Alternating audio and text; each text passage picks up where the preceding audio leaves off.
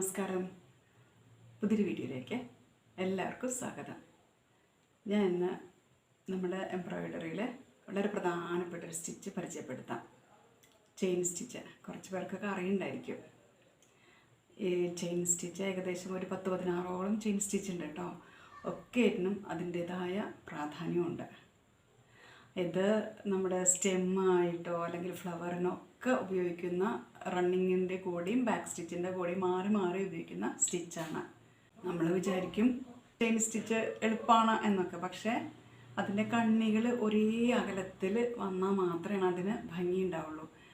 അത് ഒരേ അകലത്തിൽ വരണമെങ്കിൽ ഇത്തിരി പ്രാക്ടീസ് ഉണ്ടെങ്കിൽ മാത്രമേ ഒരേ അകലത്തിൽ വരുള്ളൂ. അങ്ങനെ ഒരേ അകലത്തിലിട്ടാൽ നല്ല ഭംഗിയായിരിക്കും ഈ സ്റ്റിച്ചിന് കേട്ടോ. അപ്പോൾ അതെങ്ങനെ ഒരേ അകലത്തിൽ വരാം എന്നുള്ള ഒരു 1-2 കാര്യങ്ങൾ ഞാൻ വീഡിയോയിൽ പറഞ്ഞു തരാം കേട്ടോ. അപ്പോൾ വീഡിയോ മുഴുവനായിട്ടും കാണും. ഇഷ്ടമായാൽ എന്നും പറയുന്ന പോലെ ലൈക്ക് ചെയ്യാനും സബ്സ്ക്രൈബ് ചെയ്യാനും കമൻറ്റ് ചെയ്യാനും മറക്കരുത് കേട്ടോ. Thank you. ഈ ഫ്ലവേഴ്സ് എങ്ങനെ വരയ്ക്കുക എന്നുള്ള വീഡിയോ ഞാൻ വളരെ എളുപ്പത്തിൽ നമുക്ക് വരയ്ക്കാൻ പറ്റും. അത് ഞാൻ വീഡിയോ ചെയ്തിട്ടുണ്ടായിരുന്നു നേരത്തെ. കാണാത്തവരൊന്നും കാണണേ. അത് ആ ഫ്ലവർ തന്നെ ഇത് ഞാൻ കംപ്ലീറ്റ് ചെയിൻ സ്റ്റിച്ചിൽ ചെയ്ത കേട്ടോ. ഇതും ചെയിൻ സ്റ്റിച്ചിൽ ചെയ്തതാണ്. അപ്പോൾ നമുക്ക് എങ്ങനെ അത് ചെയ്യാൻ നോക്കാം. ആദ്യം തന്നെ നമ്മൾ സൂചി മുകളിലേക്ക് കുത്തിയെടുക്കുക. എന്നിട്ട് വീണ്ടും അതേ സ്ഥലത്ത് തന്നെ താഴത്തേക്ക് കുത്തിയിട്ട് തൊട്ടപ്പുറത്തേക്ക് നമ്മൾ മുകളിലേക്ക് സൂചി കുത്തിയെടുക്കുക. എന്നിട്ട് നൂലുണ്ടല്ലോ സൂചിയുടെ അടിയിലേക്ക് പിടിക്കണം, വലിച്ചു പിടിക്കണം കേട്ടോ. വലിച്ചു പിടിച്ചിട്ട് നമ്മൾ ഇതപ്പോൾ ഒരു സ്റ്റിച്ച് വീണു. ഇനി ഒന്നും കൂടി കാണിക്കാം. സ്റ്റിച്ച് വീണില്ലേ? ഇനി വീണ്ടും നമ്മൾ ആ നൂലിൻ്റെ തൊട്ടടുത്ത് തന്നെ സൂചി കുത്തിയിട്ട് തൊട്ടപ്പുറത്തേക്ക് സൂചി കുത്തി വലിച്ചെടുക്കുക. അപ്പോൾ ഈ കുത്തി വലിക്കുമ്പോൾ ഒരേ അകലത്തിൽ വേണം ചെയ്യാൻ. എന്നിട്ട് നൂല് സൂചിയുടെ അടിയിലേക്ക് പിടിച്ചിട്ട് ഇതുപോലെ പിടിച്ച് നന്നായി വലിക്കുക. അങ്ങനെ വലിക്കുമ്പോൾ ആദ്യത്തെ കണ്ണിയുണ്ടല്ലോ, കണ്ണിയുടെ നൂല് മുറുകും. അപ്പോൾ ഇത് മുറുകും കണ്ടോ. അപ്പോൾ രണ്ടും ഒരേപോലെ വന്നാണ് കേട്ടോ.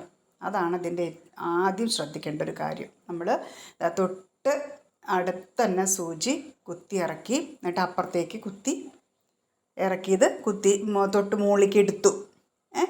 എന്നിട്ട് അങ്ങനെ എടുക്കുമ്പോൾ അപ്പോൾ തൊട്ടടുത്തുള്ള ആ നൂലുണ്ടല്ലോ സൂചിയുടെ അടിയിലേക്ക് ഇട്ടിട്ട് ഇതുപോലെ വലിച്ചു പിടിക്കുക. ഇങ്ങനെ വലിക്കുമ്പോൾ നൂലൊന്നും ഇങ്ങോട്ട് മുറുക്കും. അപ്പോൾ കേട്ടോ ഒരേപോലെ. ഇതൊക്കെ ഒരു 2-3 സെക്കൻഡ് കൊണ്ട് ചെയ്യുന്ന കാര്യം കേട്ടോ. അല്ലാതെ ഇതൊക്കെ കുറേ സമയം എടുത്ത് ചെയ്യുന്ന കാര്യമൊന്നുമില്ല. 2-3 സെക്കൻഡ് കൊണ്ട് ചെയ്യുന്ന കാര്യമാണ്. ഒന്നുകൂടി ശ്രദ്ധിക്കൂ. സൂചി കണ്ടോ ഇതുപോലെ കുത്തി, എന്നിട്ട് തൊട്ടപ്പുറത്തേക്ക് സൂചി കുത്തിയെടുക്കുക. അതൊക്കെ കൊണ്ട് ഒരേ ലെവലിൽ വേണം. ഇത് നല്ല ഒത്തിരി പ്രാക്ടീസ് ഉണ്ടെങ്കിൽ മാത്രമേ അങ്ങനെ ഒരേ ലെവലിൽ നമുക്ക് കിട്ടുള്ളൂ. അല്ലെങ്കിൽ ഒന്ന് ചെറുതാവും ഒന്ന് വലുതാവുകയാണെങ്കിൽ ഒരു ഭംഗി ഉണ്ടാവില്ല. എന്നിട്ട് ആ നൂല് സൂചിയുടെ അടിയിലേക്ക് പിടിച്ചിട്ട് ഇങ്ങനെ പിടിക്കണം. എന്നിട്ടേ സൂചി വലിക്കാൻ പാടുള്ളൂ കേട്ടോ. അപ്പോൾ തൊട്ട് അപ്പുറത്തെ കണ്ണിയിൽ സ്റ്റിച്ചും ടൈറ്റാവും, നമ്മളെടുത്ത സ്റ്റിച്ചും ടൈറ്റാവും.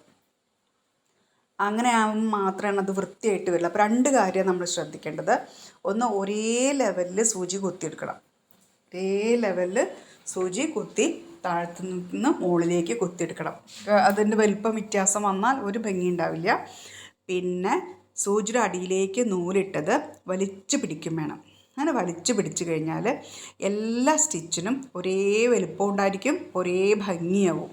നല്ല ഭംഗിയാണത് ഈ സ്റ്റിച്ച് കാണാൻ. നമുക്ക് എല്ലാവർക്കും അറിയാം. എനിക്കറിയാം ചെയിൻ സ്റ്റിച്ച് കുറേ പേർക്ക് ചെയ്യാൻ അറിയുന്നുണ്ടായിരിക്കും. പക്ഷേ വൃത്തിയായിട്ട് ചെയ്യുക എന്നുള്ളതാണ് നമ്മുടെ ഒരു താല്പര്യം അല്ലേ. എംബ്രോയ്ഡറിയിൽ പ്രധാനമായിട്ടും വൃത്തിയായിട്ട് ചെയ്തിട്ടില്ലെങ്കിൽ സ്റ്റിച്ചുകൾക്കൊന്നൊരു ഭംഗി ഉണ്ടാവില്ല.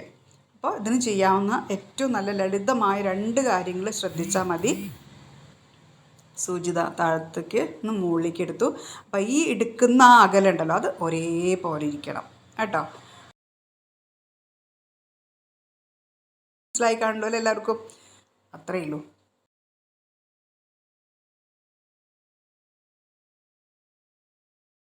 ഒരു ലീഫ് ഞാനിപ്പോൾ ചെയ്യണം. ഇത് റൗണ്ടിലുള്ള ലീഫ് ആയതുകൊണ്ട് വേഗം ചെയിൻ സ്റ്റിച്ച് എടുക്കാൻ പറ്റും. ഇത് പിന്നെ കൂർത്ത ലീഫാണെങ്കിൽ ആ ലീഫിൻ്റെ കൂർത്ത ഭാഗത്ത് വെച്ചിട്ട് സൂചി അടിയിലേക്ക് തന്നെ വലിച്ചിടുക. എന്നിട്ട് പുതിയതായിട്ട് സ്റ്റിച്ച് തുടങ്ങുന്നത് പോലെ തുടങ്ങണം കേട്ടോ. അപ്പോഴാണ് അതിനൊരു വൃത്തി വരുള്ളൂ. ഇതിൽ അങ്ങനത്തെ പ്രശ്നമില്ല, കണ്ടിന്യൂസ് ആയിട്ട് അങ്ങനെ കൊണ്ടുപോവാം, കുഴപ്പമില്ല. പരിചയപ്പെടുത്തുമ്പോൾ പറഞ്ഞിട്ടുണ്ടായിരുന്നു നമുക്ക് ചെറിയ ലീഫോ വലിയ ലീഫോ എങ്ങനെ വേണമെങ്കിൽ നമുക്ക് വരയ്ക്കാം.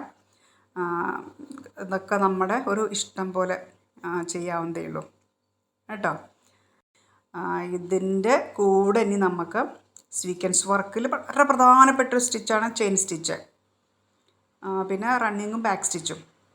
അത് ഞാൻ പിന്നൊരു വീഡിയോയിൽ പരിചയപ്പെടുത്തരാം. പിന്നെ വേറൊരു കാര്യമുള്ളത്, ഇതിൽ ഞാൻ 6-7 നൂലാട്ടോ എടുത്തിരിക്കുന്നത്. പിന്നെ ചെയിൻ സ്റ്റിച്ച് എന്ന് പറഞ്ഞാൽ ഒത്തിരി ചെയിൻ സ്റ്റിച്ചുണ്ട്, ഒരു 10-16ഓളം ചെയിൻ സ്റ്റിച്ചുണ്ട് വരുന്നുണ്ട്. എല്ലാ സ്റ്റിച്ചും തന്നെ നമുക്ക് വഴിയെ പരിചയപ്പെടാം കേട്ടോ. ഓരോന്നോരോന്നായിട്ട് ഒരേ പോലെ തന്നെ നമ്മൾ ചെയിൻ സ്റ്റിച്ച് മാത്രമല്ല അതിൻ്റെ ഇടയിൽ കലർത്തിയിട്ട് നമുക്ക് പഠിക്കാം കേട്ടോ. അതാണ് നല്ലത്. ഓരോന്നിനും ഓരോ പ്രാധാന്യം ഉണ്ടല്ലോ കേട്ടോ. അപ്പോൾ നമുക്ക് പഠിച്ചെടുക്കാവുന്നതേ ഉള്ളൂ, എല്ലാം നമുക്ക് പഠിച്ചെടുക്കാം. നമുക്ക് എവിടെയൊക്കെ നമുക്ക് അപ്ലൈ ചെയ്യാൻ പറ്റുമോ അവിടെയൊക്കെ അപ്ലൈ ചെയ്യാം കേട്ടോ. അപ്പോൾ മനസ്സിലായല്ലോ അല്ലേ? ഇതിൻ്റെ ആ സ്റ്റിച്ചിൻ്റെ ബാക്ക് സൈഡ് നോക്കി നോക്കൂ, ഒക്കെ ഒരേപോലെ ഇരിക്കണം. ഇങ്ങനെ വേണം, അതാണ് ഞാൻ പറഞ്ഞത്, നല്ല ഭംഗി ഉണ്ടാവും എന്ന് പറയുന്നത് കേട്ടോ. അപ്പോൾ വീഡിയോ ഒക്കെ ഇഷ്ടപ്പെട്ടാൽ എല്ലാവരും ലൈക്ക് ചെയ്യാനും സബ്സ്ക്രൈബ് ചെയ്യാനും മറക്കരുത്. താങ്ക്